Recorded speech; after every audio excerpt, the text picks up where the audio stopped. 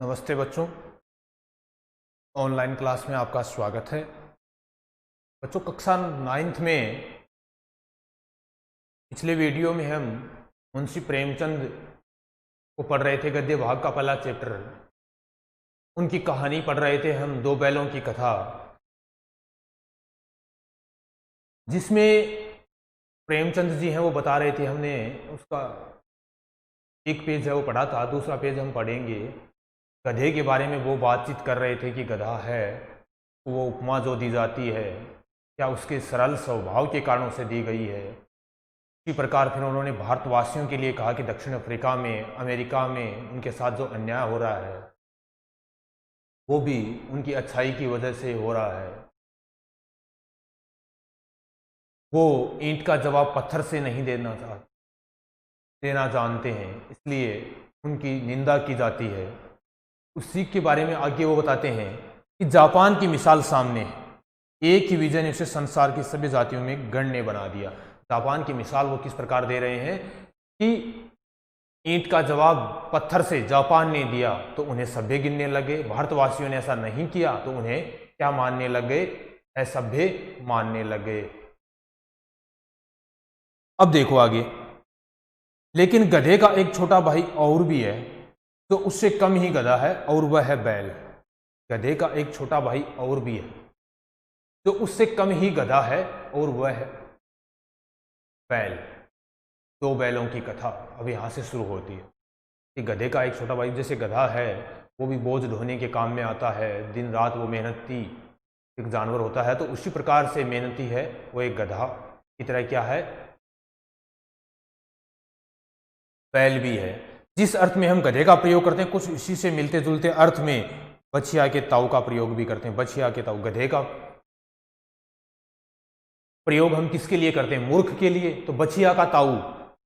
इस मुहावरे का प्रयोग भी हम करते हैं, बछिया के ताऊ, जिसका मतलब भी होता है मूर्ख। का मतलब भी क्या होता है, महामूर्ख। बछिया के ताऊ, इसका मतलब क्या होता है, मुहावरे का अर्थ क्या होता है, महामूर्ख। तो प्रेमचंद जी कह रहे हैं, लेखक कह रहे हैं कि गधे से मिलते जुलते ही एक जानवर और है, और वो है बैल, जिसका अर्थ, जिसके का प्रयोग भी, जिसके शब्द का प्रयोग भी हम गधे के मिलते जुलते अर्थ में ही करते हैं। ये ध्यान में रखना है। बछिया के ताऊ मुहावरे का अर्थ क्या हो गया, मूर्ख। कुछ लोग बैल को शायद बेवकूफों में सर्वश्रेष्ठ कहेंगे, मगर हमारा विचार ऐसा नहीं है। बैल कभी कभी मारता भी है। तो कहेंगे कि अगर हम गधे की तरह उसे सर्वश्रेष्ठ बेवकूफ बता दें, तो लेखक कह रहे हैं कि मेरा विचार ऐसा नहीं है, क्योंकि बैल कभी कभी मारता भी है।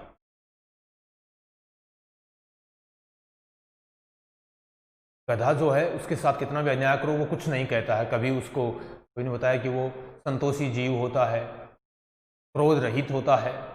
लेकिन बैल पूरा उसकी तरह नहीं है, क्योंकि वो परेशान होने पर सामना भी करता है, मारता भी है। बैल कभी कभी मारता भी है, कभी अड़ियल बैल भी देखने में आते हैं, कभी अड़ियल जिद्दी पकड़ कर बैठ जाते हैं, और भी कई रीतियों से अपना असंतोष प्रकट कर देता है। अतः उसका स्थान गधे से नीचा ही है। गधे जितना महान नहीं है, उसका स्थान गधे से नीचा ही है। अब देखो, यहां से अपनी कहानी है वो शुरू होती है। दो बैलों की कथा है वो यहां से शुरू होती है।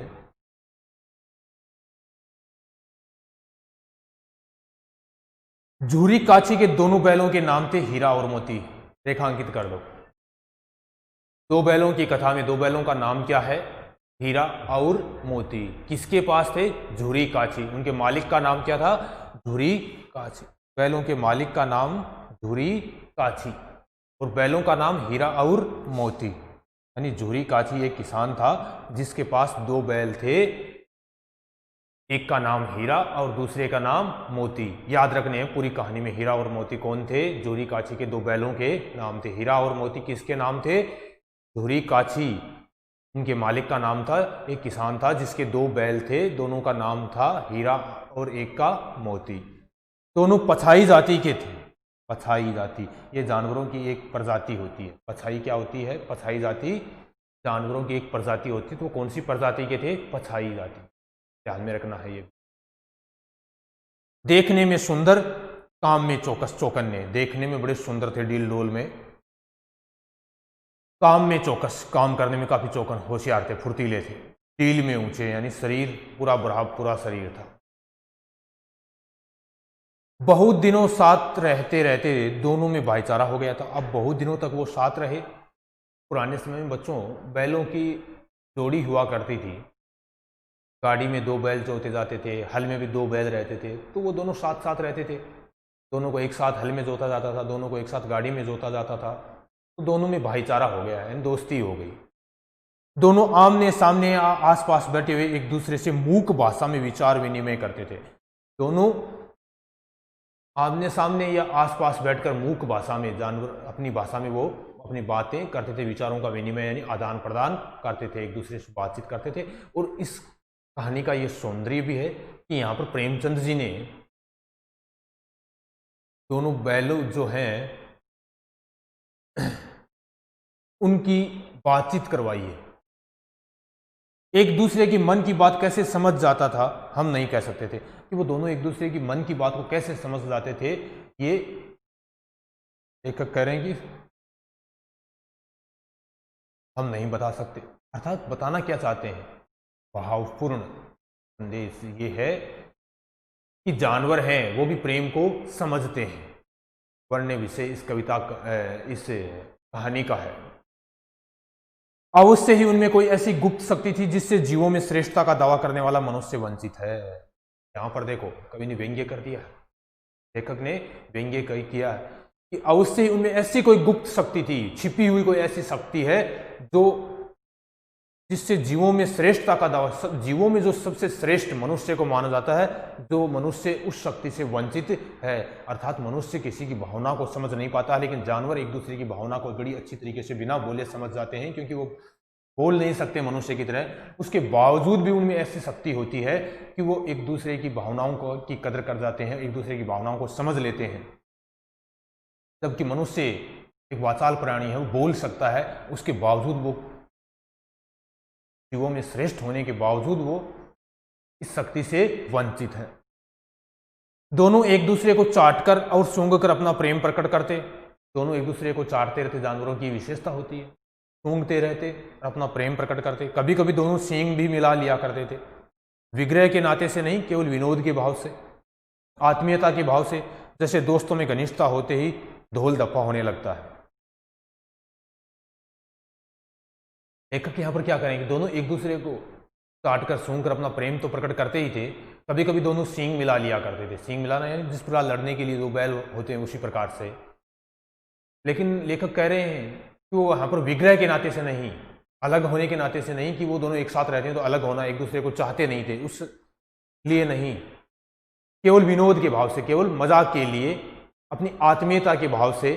जैसे दो दोस्त होते हैं, बड़े घनिष्ठ हो जाते हैं तो आपस में गप्पे मारना, ऐसे कुछ करना एक साधारण सी बात हो जाती है। उसी प्रकार से वो बैल भी दोनों आपस में सींग मिला लिया करते थे। इसके बिना दोस्ती कुछ फुसफुसी, कुछ हल्की सी रहती है। अब दोस्ती होती है और उसमें बवाल ना हो, तो लेखक कहते हैं कि दोस्ती जब होती है, दोस्ती में यदि बवाल नहीं होता तो वो दोस्ती है वो अच्छी नजर नहीं आती है। जिस पर ज्यादा विश्वास नहीं किया जा सकता। दोस्ती में ये होता है कि दोस्त के साथ हम मजाक करते हैं, हर किस प्रकार का मजाक कर सकते हैं, हर कुछ उसको कह सकते हैं, वो उसको सहन कर लेता है, वो हमें अगर कुछ कहता है तो हम सहन कर लेते हैं। तो ऐसा दोस्ती में होना चाहिए। जिस वक्त ये दोनों बैल हल या गाड़ी में जोत दिए जाते और गर्दन हिला हिला कर चलते, उस वक्त हर एक की यही चेष्टा होती कि ज्यादा से ज्यादा बोझ मेरी ही गर्दन पर रहे। इतना प्रेम था दोनों के बीच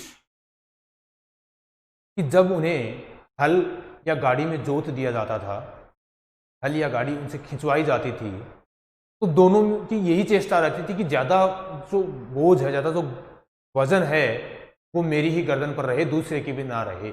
ये उनकी दोस्ती की विशेषता थी। फिर है, दिन भर के बाद दोपहर या संध्या को दोनों खुलते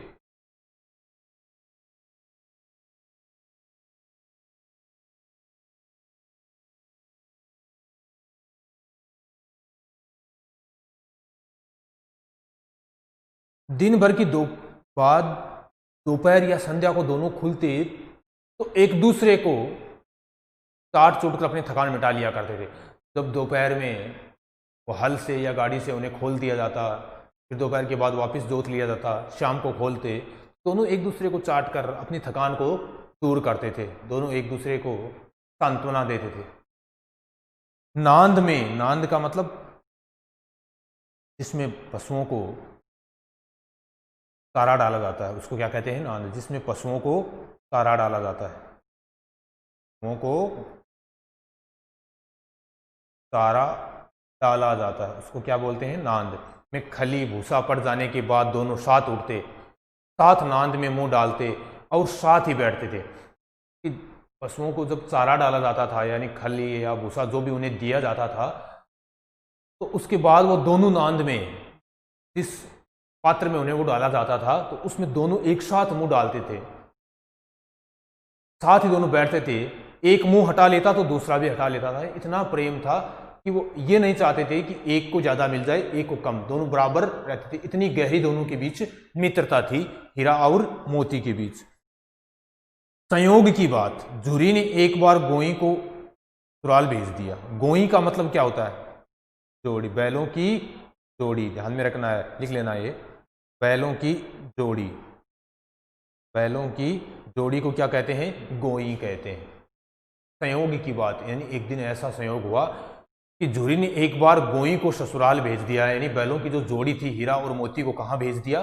ससुराल भेज दिया, अपने ससुराल भेज दिया। बैलों को क्या मालूम वे क्यों भेजे जा रहे हैं? अब बैल थे, उन्हें पता नहीं था कि उन्हें क्यों भेजा जा रहा है।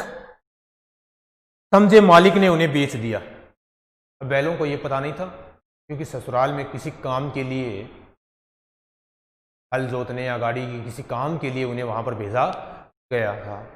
अब बैलों को ये मालूम नहीं था, तो वो तो समझते थे कि मालिक ने उन्हें बेच दिया। मालिक का नाम क्या था? झुरी काशी। अपना यूं बेचा जाना उन्हें अच्छा नहीं लगा। अपना यूं बेचा जाना, इस प्रकार से मालिक ने उन्हें बेच दिया, वो क्या समझ रहे थे कि मालिक ने उन्हें बेच दिया है, तो अपना यूं बेचा जाना उन्हें अच्छा लगा या बुरा कौन जाने। पर झुरी के साले गया को घर तक गोइन ले जाने में दांतों पसीना आ गया।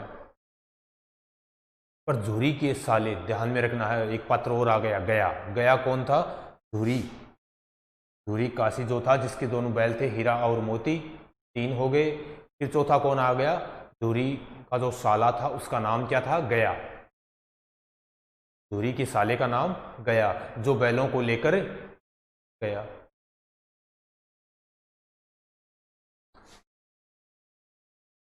घर तक गोई, यानी उस बैलों की जोड़ी ले जाने में दांतों पसीना आ गया। कड़ी मेहनत करनी पड़ी, उसे बहुत तंग किया उन्होंने, बैलों ने उन्हें बहुत तंग किया। रास्ते में पीछे से हाँकता तो दोनों दाएं बाएं भागते। पग हिया पकड़कर आगे से खींचता। पग हिया का मतलब बैलों को जो रस्सी डाली जाती थी गले में, जिससे वो पकड़े जाते थे, उसको पकड़कर आगे खींचता तो दोनों पीछे की ओर जोर लगाते।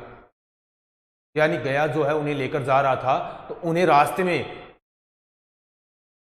बड़ी तकलीफ दी। दोनों को अगर वो पीछे से हाँकता, पीछे से उन्हें धुतकारता, तो वो दाएं बाएं भागने लगते। रस्सी को पकड़कर वो आगे खींचता तो दोनों पीछे की ओर जोर लगाते। मारता तो दोनों सींग नीचे करके हुंकारते, और जब वो उन्हें मारने की चेष्टा करता या मारता तो दोनों सींग नीचे करके हुंकारने लगते थे। अगर ईश्वर ने उन्हें वाणी दी होती तो झुरी से पूछते, तुम हम गरीबों को क्यों निकाल रहे हो?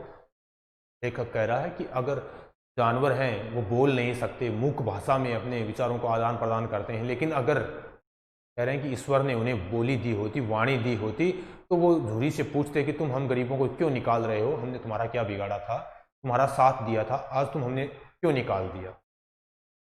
हमने तो तुम्हारी सेवा करने में कोई कसर नहीं उठा रखी, यानी हमने तुम्हारी सेवा करने में कोई कसर नहीं छोड़ी।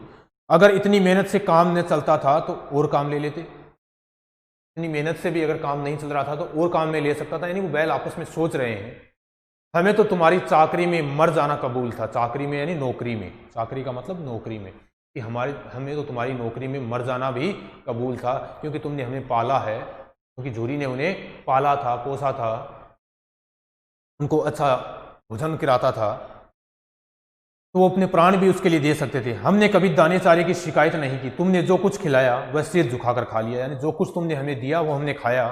फिर तुमने हम में इस जालिम के हाथ क्यों बेच दिया, फिर ऐसे जालिम के हाथ हमें क्यों दे दिया, क्योंकि वो उन्हें मार रहा था रास्ते में। संध्या समय दोनों बैल अपने नए स्थान पर पहुंचे। शाम के समय दोनों बैल अपने नए स्थान पर पहुंच गए थे। दिन भर के भूखे थे, अब दिन भर रास्ते में चले तो भूखे भी थे, लेकिन जब नांद में लगाए गए तो एक ने भी उसमें मुंह न डाला। नांद में, जिस पात्र में उन्हें चारा डाला जाता था, तो वहां पर उन्हें बांधा गया, तो दोनों ने उसमें मुंह तक नहीं लगाया, क्योंकि वो नाराज थे कि झुरी ने उन्हें क्यों भेज दिया। दिल भारी हो रहा था, यानी अपना स्थान, अपना घर छूट गया था, तो दिल उनका भारी भारी हो रहा था। जिसे उन्होंने अपना घर समझ रखा था वह आज उनसे छूट गया था। अब दिल उनका भारी क्यों था? दोनों बैलों का दिल भारी क्यों था? क्योंकि जिसको उन्होंने अपना घर समझ रखा था वो आज उनसे छूट गया था, इसलिए उनका दिल भारी हो रहा था। ये नया घर, नया गांव, नए आदमी उन्हें बेगानों से लगते थे।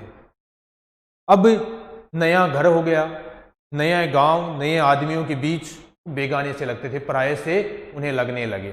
सब लोग उन्हें परायों की तरह लगने लगे। छोटे छोटे पर्सन बच्चों इसमें बहुत बनते जा रहे हैं, तो आप जैसे जैसे पढ़ें उनको ध्यान में रखना है।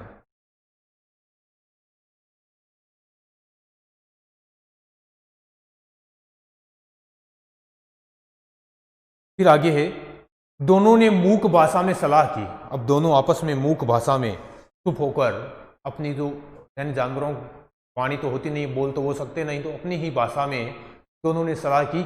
एक दूसरे को कनखियों से देखा, तिरछी नजरों से देखा और लेट गए, बैठ गए।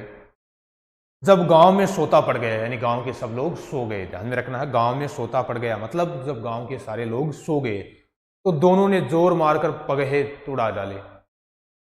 तो रस्सी थी उसको तुड़ा डाला, पगहे का मतलब रस्सी जो थी जिससे बांधे गए थे उसको तुड़ा डाला, और घर की तरफ चले। दोनों घर की तरफ सीधे हो लिए। पगहे बहुत मजबूत थे, अनुमान न हो सकता था कि कोई बैल उन्हें तोड़ सकेगा, पर इन दोनों में इस समय दूनी शक्ति आ गई थी। एक एक झटके में रस्सियां टूट गई। अब वो जो रस्सी थी वो बड़ी मजबूत थी, लेकिन दोनों में ऐसी शक्ति आ गई, क्योंकि वहां पर उनका मन नहीं लग रहा था, उनका दिल भारी हो रहा था। दोनों ने एक एक झटके में उस दुगुनी शक्ति उनमें आ चुकी थी और एक एक झटके में रस्सियां तोड़ डाली। झुरी प्रातःकाल सोकर उठा। उनका जो मालिक था दोनों बैलों का, हीरा और मोती का, झुरी काची, वह जब प्रातःकाल सुबह सोकर उठा तो देखा कि दोनों बैल चरनी पर खड़े हैं, जहां उनको अपने थान पर, अपने बांधे जाने वाले स्थान पर खड़े हैं। दोनों की गर्दनों में आधा आधा गराव लटक रहा। गराव का मतलब वो रस्सी है, ध्यान में रखना है। यहां पर इस रस्सी के लिए काफी शब्द आ चुके हैं। तो दोनों की गर्दनों में आधा आधा गराव, यानी आधी आधी रस्सी है वो लटक रही है, क्योंकि वो तोड़ा कर आए थे। घुटने तक पांव कीचड़ से भरे हैं और दोनों की आंखों में विद्रोह है, में स्नेह झलक रहा है। स्नेह तो है, प्रेम तो है कि अपने मालिक के पास आ गए, लेकिन विद्रोह भी है, मन ही मन में विद्रोह भी है कि तुमने हमें क्यों बेचा था। झुरी बैलों को देखकर स्नेह से गदगद हो गया। झुरी है, दोनों बैलों को देखकर स्नेह से, प्रेम से गदगद हो गया, खुश हुआ, क्योंकि उनके पाले हुए बैल थे, उनके काम आते थे खेती में, किसानी में।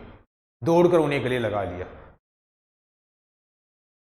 प्रेमालिंगन और चुंबन का वह दृश्य बड़ा ही मनोहर था। यानी जानवरों से भावपूर्ण स्नेह रखना, जानवर भी उसे जानने लग जाते हैं, प्रेम जानवर भी करते हैं, सिर्फ समझने वाला चाहिए। तो जब झुरी ने उन्हें गले लगाया, उनका चुंबन किया, तो वह दृश्य बड़ा ही मनोहर था।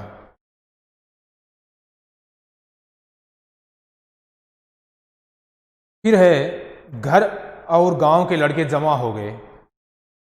घर और गांव के लड़के जमा हो गए और तालियां बजा बजा कर उनका स्वागत करने लगे। देखिए, जानवरों से प्रेम हो जाता है तो आसपास के लड़के थे, बच्चे थे, वो भी खुश हुए, तालियां बजा बजा कर उनका स्वागत करने लगे कि वो वापस आ गए हैं। गांव के इतिहास में एक घटना अभूतपूर्व न होने पर भी महत्वपूर्ण थी। अभूतपूर्व घटना नहीं थी। जानवर, आज भी हम देखते हैं जानवर को हम बाहर निकाल कर आते हैं, वापस आ जाता है अपने घर पर, वो रास्ता जानता है। बाल सभा ने निश्चय किया दोनों पशु वीरों का अभिनंदन पत्र देना चाहिए। बाल सभा, बालकों ने निश्चय किया कि दोनों वीरों को, पशु वीरों को, दोनों जो कैद से छूटकर आ गए हैं, अभिनंदन पत्र देना चाहिए। कोई अपने घर से रोटियां लाया, यानी उनका स्वागत करने के लिए कोई रोटियां लाया, कोई गुड़, कोई चोकर, कोई भूसी कुछ ना कुछ लाकर उन्हें खिलाने लगे।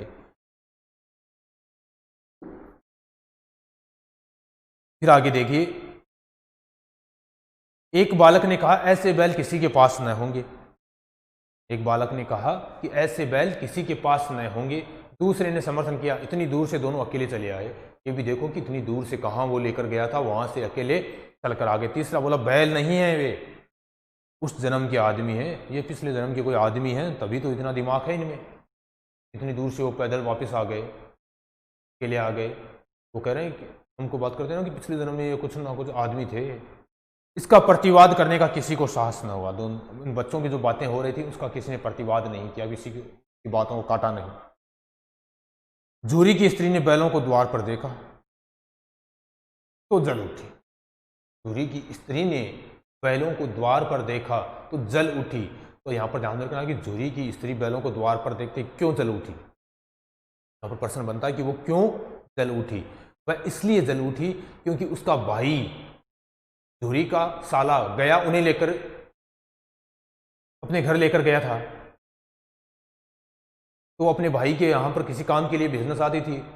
वो भाई के घर से वापस आ गए तो वह जल उठी। बोली कैसे नमक हराम है बैल हैं कि एक दिन वहां काम न किया, भाग खड़े हुए कि एक दिन भी वहां पर काम नहीं कर सके।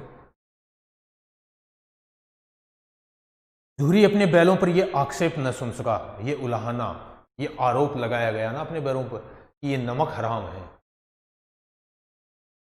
क्योंकि झूरी की स्त्रियों ने कहा कैसे नमक हराम है, ये नमक हराम है, हमारा ही खाते हैं और हमारे साथ ये नमक हरामी इन्होंने की है।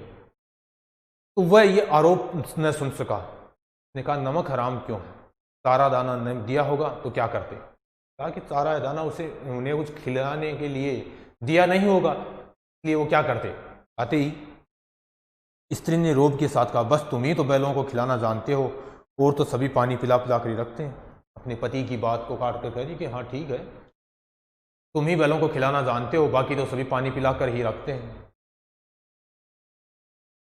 झूरी ने चिढ़ाया चारा मिलता तो क्यों भागते। झूरी ने भी चिढ़ाते हुए कहा कि चारा अगर मिल जाता तो क्यों भाग कर आते।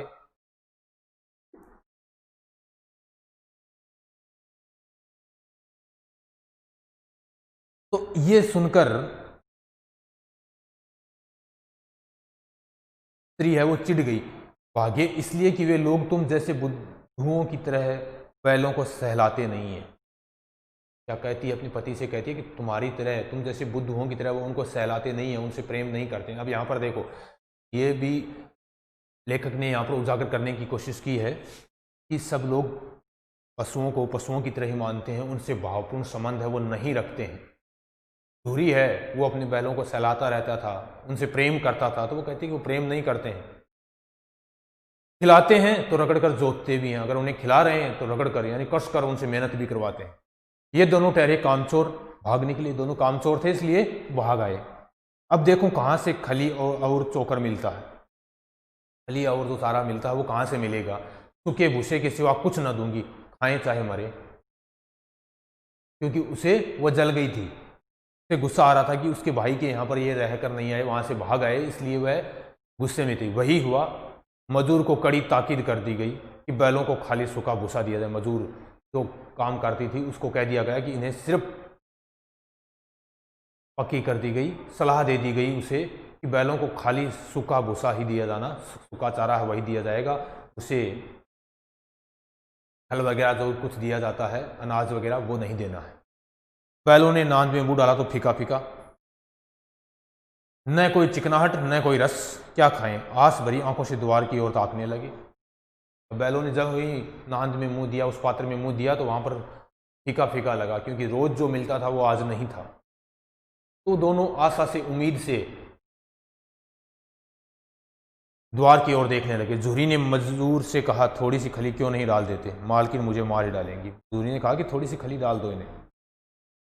तो काम करती थी उसने कहा कि मालकिन मुझे मार ही डालेंगी। चुरा कर डाला। नहीं दादा, पीछे से तुम भी उन्हीं के से कहोगे। उसने कहा कि चुरा कर ले आ। तो उस नौकरानी ने कहा कि नहीं दादा, पीछे से तुम भी उन्हीं का पक्ष लोगे, अगर वो डांटेगी तो तुम तो उसका पक्ष ले लोगे, फिर मैं कहाँ जाऊंगी।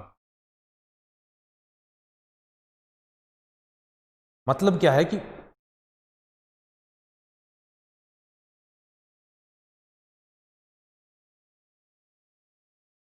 धुरी है वो अपने बैलों से बहुत प्रेम करता था और वो उनको जोतता भी था, तो उनको खिलाता भी अच्छा था, उसके साथ संबंध बहुत अच्छे थे। अब उसकी स्त्री है वो नाराज हो गई थी क्योंकि वो यहाँ से वहाँ अपने भाई के पास रहकर नहीं आए, तो उन्हें खाने के लिए कुछ दिया नहीं गया, सूखा चारा डाल दिया गया। अब इससे जो आगे का है बच्चों, वो हम अगले वीडियो में देखेंगे। आप इस कहानी को बार बार पढ़ते रहें, छोटे छोटे प्रश्न इसमें बहुत बनते हैं, तो जगह जगह आप उनको रेखांकित भी कर सकते हैं, प्रश्न बना कर देखें, उनके उत्तर आपको इनमें आसानी से मिलते रहेंगे। पात्रों का नाम है वो आपको ध्यान में रखना है। धुरी काची एक किसान था जिसके 2 बैल थे, हीरा और मोती, तो दोनों बैलों के नाम थे। गया धुरी का साला था जो बैलों को लेकर गया था किसी काम के कारण, लेकिन बैल ये समझ रहे थे कि शायद उन्हें उनके मालिक ने बेच दिया है, इसलिए वो रात को जब सब सो रहे थे तो रस्सी तुड़ाकर वापस धुरी के पास आ गए।